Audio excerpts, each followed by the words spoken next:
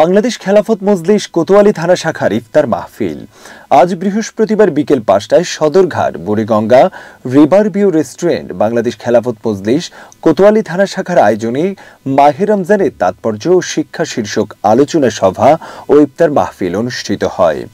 বাংলাদেশ খেলাফত মজলিস কোতোয়ালি থানা শাখার সভাপতি মুফতি জিয়াউর রহমান নূরের সভাপতিত্বে ও কোতোয়ালি থানার সেক্রেটারি মাওলানা শাহরিয়ার ইমরানের সঞ্চালনায় প্রধান অতিথি হিসেবে উপস্থিত ছিলেন মাওলানা আবুল হাসনাত জালালি, কেন্দ্রীয় সাংগঠনিক সম্পাদক বাংলাদেশ খেলাফত মজলিস।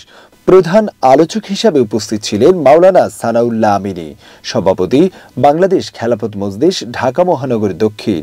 এছাড়াও উপস্থিত ছিলেন দলটির বিভিন্ন পর্যায়ের নেতৃবৃন্দ। এই অঞ্চলের লোকজন সারাদিন কর্মব্যস্ত থাকে, রাস্তাঘাট পুরো ২৪ ঘন্টাই জামের মধ্যে থাকে। এই কর্মব্যস্ত লোকগুলো যখন খেলাফতের বুঝ তাদের ভিতরে চলে আসে, খেলাফতের কাজকে তারা যদি মনে করে এটা আমাদের আল্লাহর জমিনে আল্লাহর দিনকে বিজয় করার কাজ মনে করতে হবে, বাংলাদেশ খেলাফত মজলিস ঢাকা মহানগরীতে কাজের একটা জোয়ার তৈরি হয়েছে। আমাদের পথ চলা শুরু হয়েছে। সঙ্গে ঘেরা जो आयल है रास्ते से हटा कर दम लेंगे, हम राह वफा के रहरे हैं, मंजिल है पे जाकर दम लेंगे। আল্লাহ পাক কোতোয়ালিকে কবুল করেন, আমিন। আল্লাহ পাক আপনাদের সকলের হায়াতের মধ্যে বরকত নসিব করেন।